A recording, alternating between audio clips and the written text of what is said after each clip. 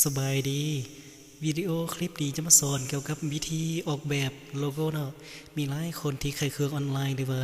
สร้าง YouTube เนาะที่ยังบ่ทันรู้วิธีสร้างโลโก้เป็นรายละเอียดแล้วก็งามตาเทื่อเนาะสันมื้อนี้ข้าพเจ้าจะมาสอนวิธีออกแบบโลโก้ที่ว่าง่ายได้แล้วก็เตะต้นจนจบเนาะแต่ละคนอย่าลืมเฮ็ดตามเลยเนาะเฮ็ดตามแต่ละขั้นตอนไปเนาะเพื่อจะสำเร็จไปด้วยกันเนาะแล้วก่อนอื่นนี้เนาะอยากให้ทุกคนเข้าไป ทุกคนเขียนที่พื้นฐานไอทีเนาะเขียนที่พื้นฐานไอทีแล้วก็อย่าลืมเข้าไปติดตามเนาะเข้าไปติดตามเป็นเพื่อนได้เพื่อเป็นกำลังใจในวิดีโอคลิปหน้าเนาะแล้วข้าพเจ้าจะมายกตัวอย่างให้เบิ่งเลยเนาะวิธีเขียนวิธีออกแบบโลโก้เลยเนาะยกตัวอย่างเลยเนาะโอเคมันจะมีอยู่นี้นะคนที่มีโลโก้งามๆแบบนี้เนาะโลโก้งามเนาะตัวนี้จะเป็นโลโก้ของบริษัทThe Herbal Power King เนาะตัวนี้จะเป็นตัวแบบนี้แล้วมื้อนี้จะพาทุกคนไปเฮ็ดแบบนี้เลยเนาะโอเคจะออกมาออกแบบโลโก้แบบนี้เลยทำอิฐนี้ทุกคนต้องมีโปรแกรมเกี่ยวกับAdobe Photoshop เนาะ CC6 ตัวนี้นะจะเป็นของ Adobe CS6 เนาะข้าพเจ้าได้เปิดเป็นทีเรียบร้อยแล้วตัวนี้เข้าไป New นี่ก่อนเด้อแล้วอย่าลืมเนาะตัวนี้ต้องเฮ็ดเป็นสังตีนะเนาะตัวนี้ข้าพเจ้าอยู่ที่ JIC เนาะจะเป็น21คนตัวนี้แล้วถ้าจำเป็นเซตใหญ่บัดนี้ก็ได้เนาะเฮ็ดน้อยธรรมดาก็ได้ประมาณที่20เลยเนาะ20 คน 20ก็ได้เนาะ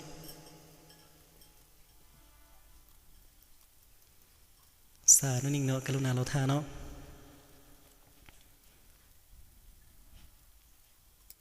โอเคออกมาหน้าตาแบบนี้แล้วหลังจากที่เราเปิดมาเป็นแบบนี้เรียบร้อยแล้วจะมีแบบนี้แล้วตัวนี้จะเป็นขอบของตัวนี้เนาะขอบของตัวนี้แต่ว่าข้าพเจ้าจะมาออกแบบจะต่างอยู่นี่เนาะออกแบบตามเจอเลยเนาะจะมีออกแบบนี้ซื่อๆเนาะออกแบบซื่อๆได้เนาะบ่แม่นจะเฮ็ดคือของเพิ่นก็จะห้ามเลยเนาะบ่ให้เฮ็ดคือของเพิ่นเลยตัวนี้คิดคอเนาะคิดคอมาซื้อตัวนี้แล้วก็เต็มซื้อนี้เลยนะโอเคหลังจากที่เต็มเป็นทีเรียบร้อยนี้สมบัติใหญ่ใดนะเนาะใหญ่นี่ก็คือตัวนี้เขาต้องในตัดตัวนี้ออกเป็นซี่ยังเป็นตัวนี้เลยเนาะนะแล้วบัดนี้เขาต้องในเพิ่มขนาดนี้ขึ้นเลยเพิ่มขนาดของตัวนี้เพิ่มขึ้นเห็นบ่โอเคเนี่ยมันจะเป็นซี่เดิมซี่ยังก็แล้วแต่เนาะ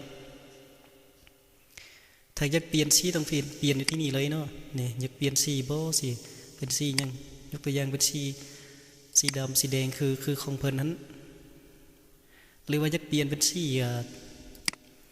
นะสีของเพิ่นจะมีหน้าตาแบบนี้เนาะเพิ่นจะมีสีเป็นแบบนี้นะโอเคแล้วบัดนี้เพื่อยักใหญ่ตัวนี้น่ะใหญ่ไปมาๆนี้กด Ctrl Ctrl บวกกับตัว R อยู่ที่คีย์บอร์ดเนาะคือมันออกมามีตัวสีตัวนี้เนาะมันออกมาแบบนี้แล้วโอเคเนาะทุกคนที่ยังบ่ทันมีประสบการณ์เถอะเนาะแล้วข้าพเจ้าจะเขียนอยู่นี่เลยเนาะเขียนอยู่นี่เลย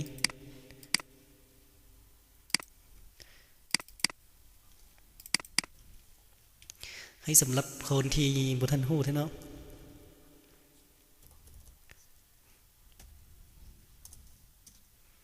บวก R ตัวนี้แล้วมันจะออกมาหน้าตาแบบนี้มันจะมีไม้บวกไม้มันจะมีตัววัดแทงนี้ต่อมาตัวที่2หั่นเนาะจะเป็นCtrl บวกกับTเนาะโอเค Ctrl บวกTแล้วมันจะมีหุบหางแบบนี้แล้วสมัครใหญ่ได้เนาะ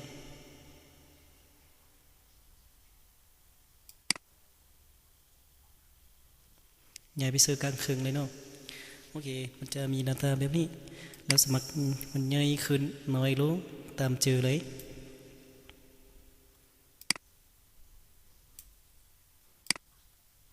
นะกด Enter ใส่ต่อมา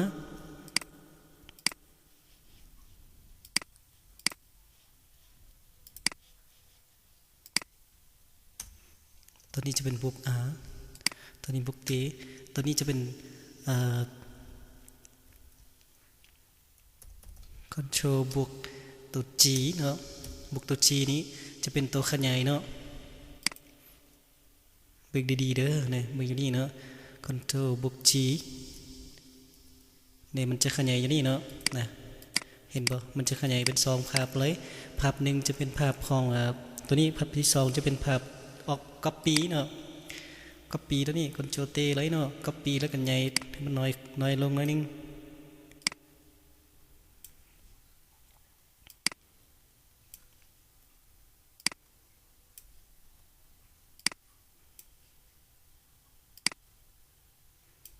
นะโอเคได้สำนี้เนาะแล้วต่อมาเนาะต่อมาจะเป็นวิธีของเอาภาพเนาะตัวนี้จะเป็นภาพต้องการยกตัวอย่างซื่อๆเด้อเนาะยกตัวอย่างว่าตัวนี้จะเป็นสีแดงอาจจะเป็นสีแบบนี้เนาะแล้วพวกเราต้องการจะเปลี่ยนสีเนาะอยากให้ตัวนี้เป็นสีนี้เนี่ยต้องในกดใส่นี่ปลดล็อกไหนเนาะกด2เทื่อแล้วก็ปลดกระเจให้ตัวนี้เลยต่อมากดใส่นี่เป็นสีแดงแล้วท็อกใส่เอาใส่น้ำซีเนาะ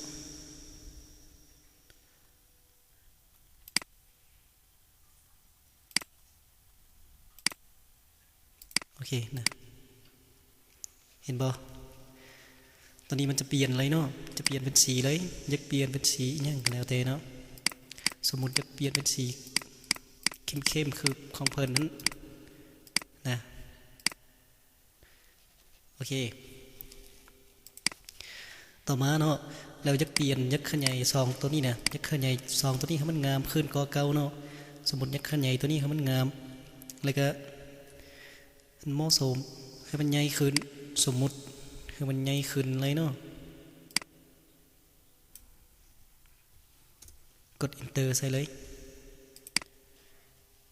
แล้วต่อมาจะเป็นตัวรูปเนาะรูปของอีหยังก็แล้วแต่เนาะยกตัวอย่างเนาะตอนนี้ข้าพเจ้าต้องการเอารูปอีหยังสมมุติข้าพเจ้าเอาช็อปใส่เนาะเอารูปอีหยังก็แล้วแต่เนาะ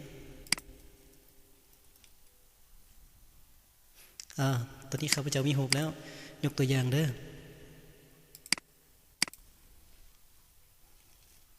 ข้าพเจ้ามีลายรูปอยู่ที่นี่เนาะ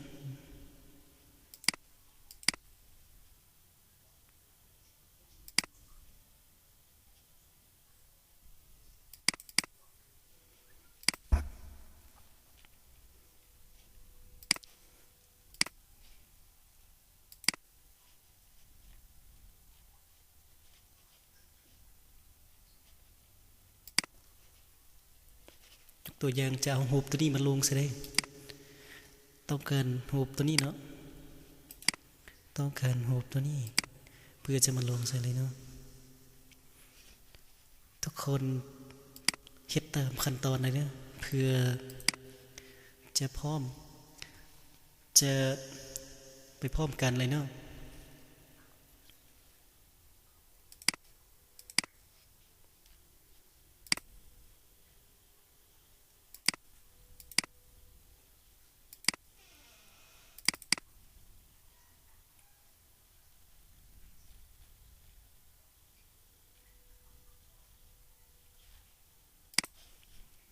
บ่ทันได้เนาะ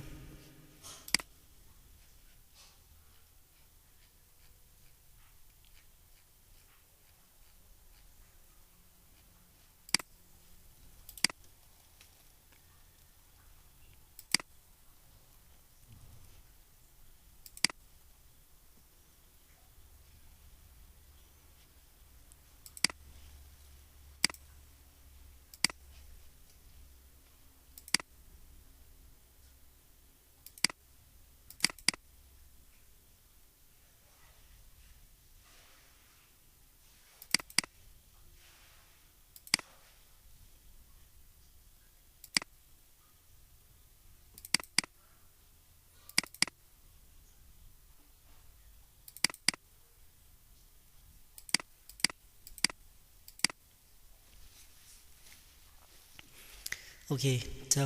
ออกมาหน้าตาแบบนี้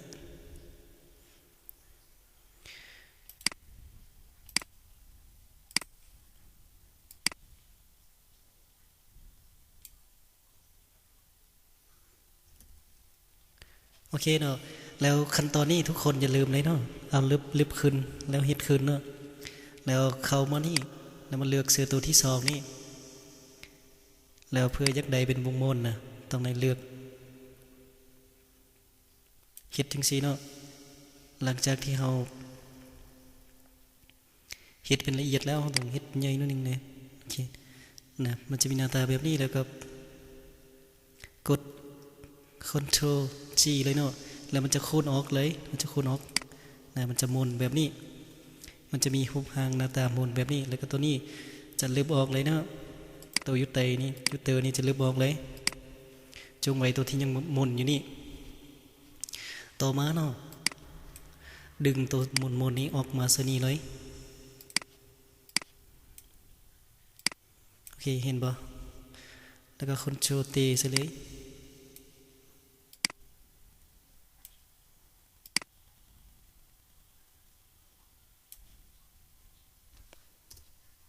นะ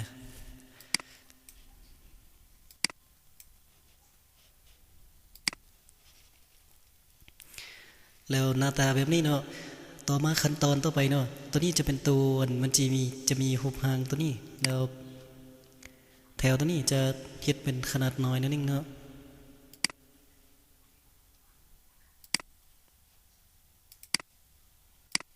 ขยับให้มันน้อยเนาะ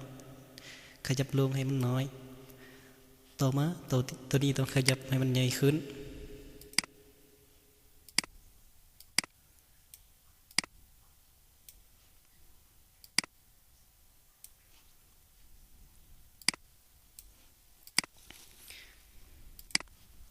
ระดับนี้เนาะ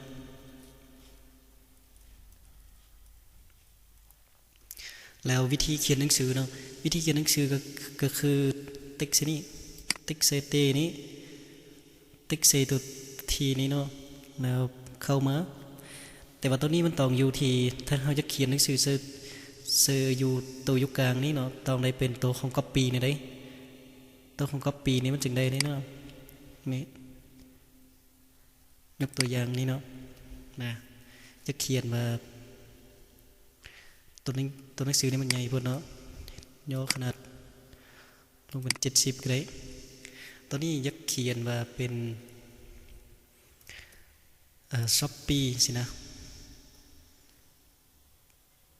ช้อปปี้มอ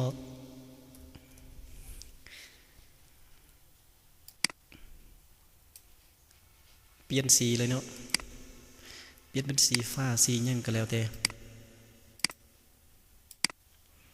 แล้วแถวหนังสือนี้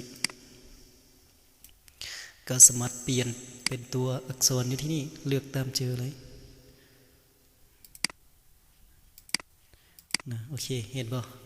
แล้วมันจะมีหน้าตาแบบนี้เนาะหรือว่าจะเขียนเป็นภาษาลาวก็ได้เนาะเลือกเป็นภาษาลาวได้นะจะเขียนว่า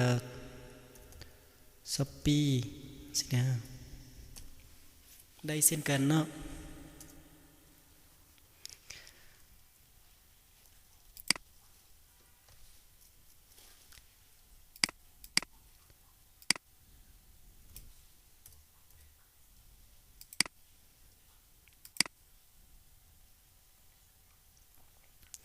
แล้วตัวนี้จะเป็นแบบนี้หลังจากนี้เนาะ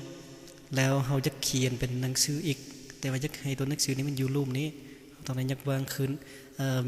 มันจะมีหลายวิธีเขียนเนาะจะมีหลายวิธีเขียนคือจะได้ยักวางลงเนาะเพื่อจะเขียนสมมุติยักเขียนมา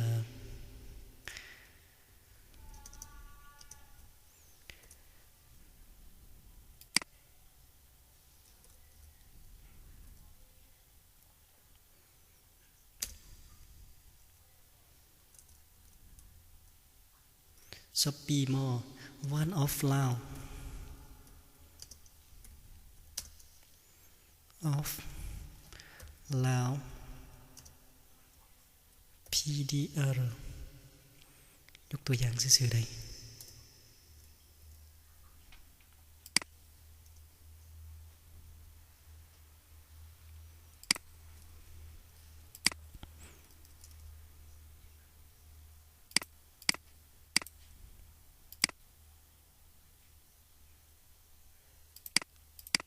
ติ๊กใส่ตัวก๊อปปี้นี่ตัวของตัวนี้เนาะ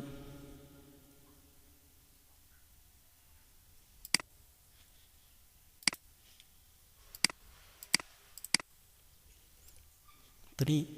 เพื่อ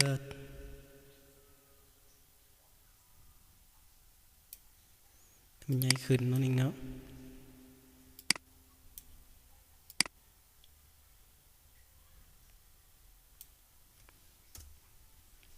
โอเค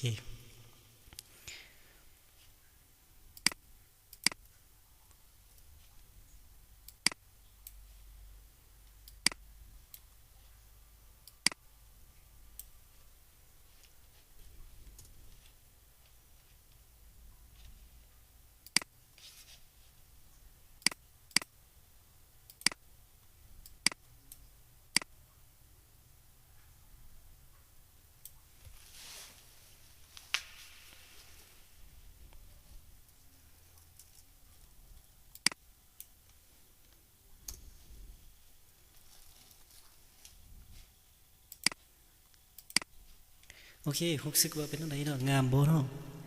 แล้วการตกแต่งนี้มันขึ้นกับบางคนซื้อเนาะแล้วอยากตกแต่งตัวหนังสือนี้ต้องติ๊กใส่นี่เนาะเพื่อแปลงตัวหนังสือนี้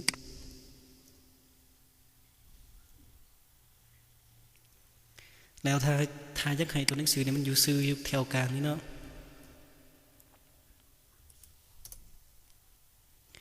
แล้วข้าพเจ้าจะมาสร้างเป็นตัวนี้เป็นตัวนึงอีกเนาะเนี่ยมาติ๊กใส่ตัวนี้ Ctrl G อีกเนาะมันจะคูณออกเป็นตัวนึงอีกแล้วตัวที่มันคูณนี่ข้าพเจ้าจะ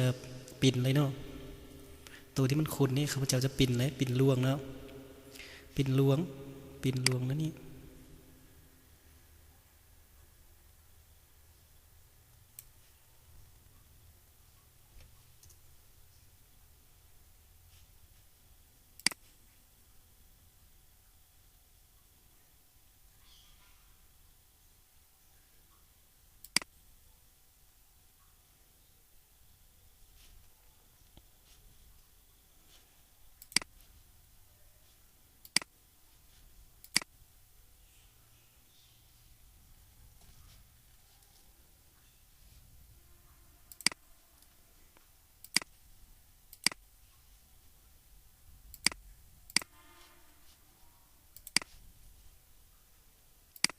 ติ๊กดีไหนเนาะติ๊กซะนี่แล้วก็ต้องเป็นตัวก็ปีที่สองนี้โอเคข้าพเจ้าจะเขียนซะนี่ one of Laos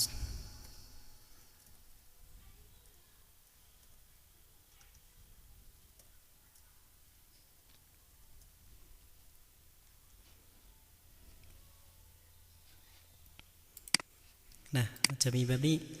แล้วตัวนี้ข้าพเจ้าจะติ๊กตัวนี้ขึ้นเนาะแล้วจะปินตัวนี้เนาะ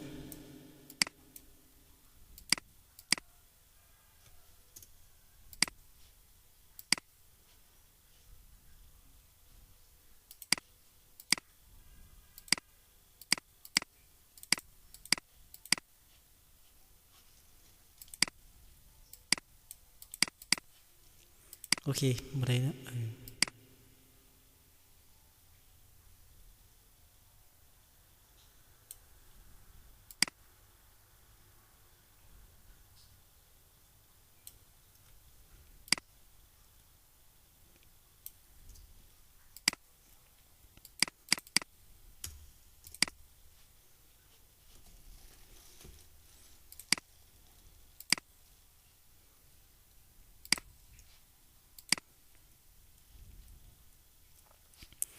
ตัวก็ปีที่สองนี่เขาจะมาเขียนคืนอีกเนาะเขียนขานี้มือเลยเนาะ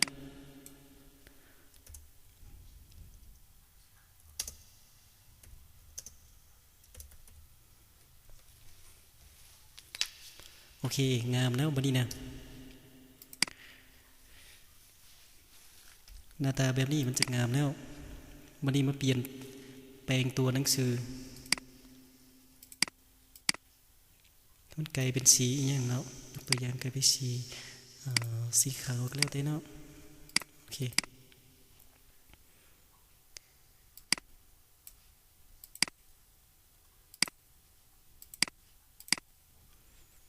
ต่อมาเนาะเพื่อ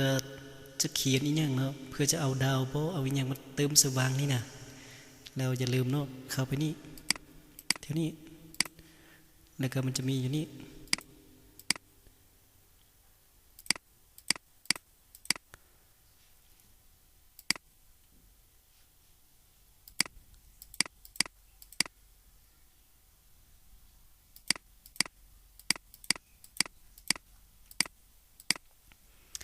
ตัวนี้โมได้มีเลยเนาะ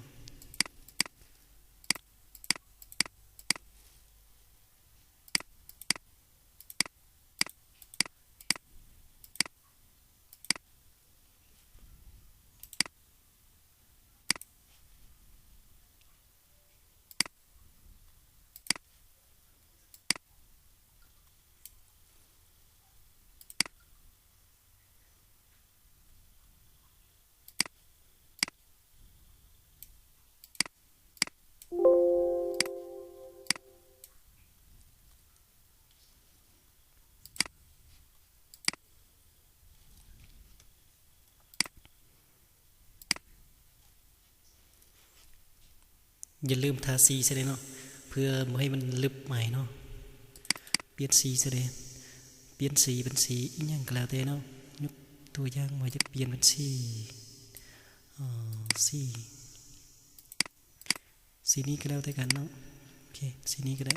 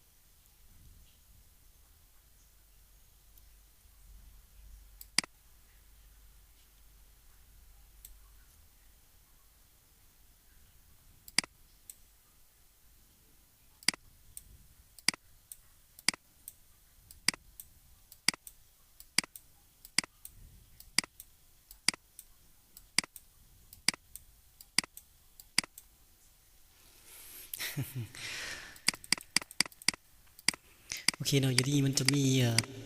เส้นอยู่นี่เนาะเส้นตัวนี้มันจะลึบ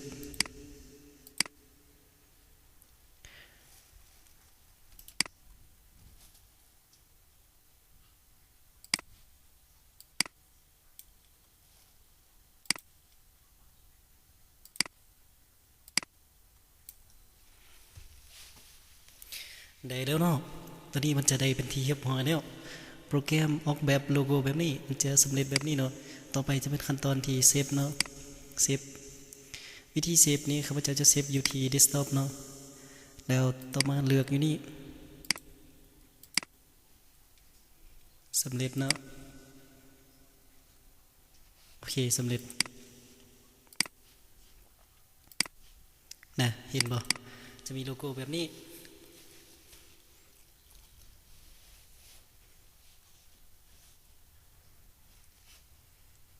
โดนๆเนาะแล้วมันจะมีโลโก้งามๆแบบนี้เนาะแล้วทุกคนเนาะถ้าอยากรู้วิธีเป็นรายละเอียดเนาะอย่าลืมคลิกไลค์คลิกแชร์เนาะเพื่อกดติดตามเฮาแน่เนาะขอบใจเนาะ